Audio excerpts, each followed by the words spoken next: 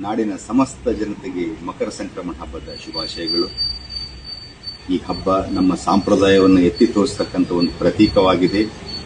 ಈ ಪರ್ವಕಾಲಗಳಲ್ಲಿ ನಾವು ನದಿ ಸ್ನಾನಕ್ಕೆ ಹೋಗೋದು ಮುಂಚೆಯಿಂದ ಬಂದ ಪರಂಪರೆ ಅದು. ಇದರಲ್ಲಿ ಒಂದು ಬದಲಾವಣೆ ಮಾಡೋಣ. ನಾವು ನದಿ ಸ್ನಾನಗಳಲ್ಲಿ ಹೋಗಬೇಕಾದ್ರೆ ನಾವು ಸೋಪು ಶಾಂಪುಗಳನ್ನು ಬಳಸೋದು ಬೇಡ. ರಾಜಮಾತೆ ಲಲಿತಾ ರಾಣಿ ಅಮ್ಮನವರ ಮಾರ್ಗದರ್ಶನದೊಂದಿಗೆ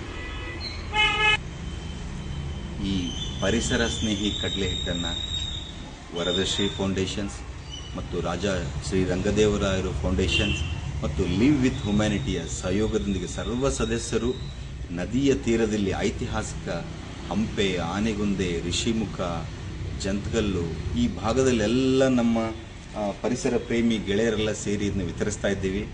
ತಾವೆಲ್ಲ ಮನೆಯಿಂದ ತಂದರೆ ಬಹಳ ಒಳ್ಳೆಯದು.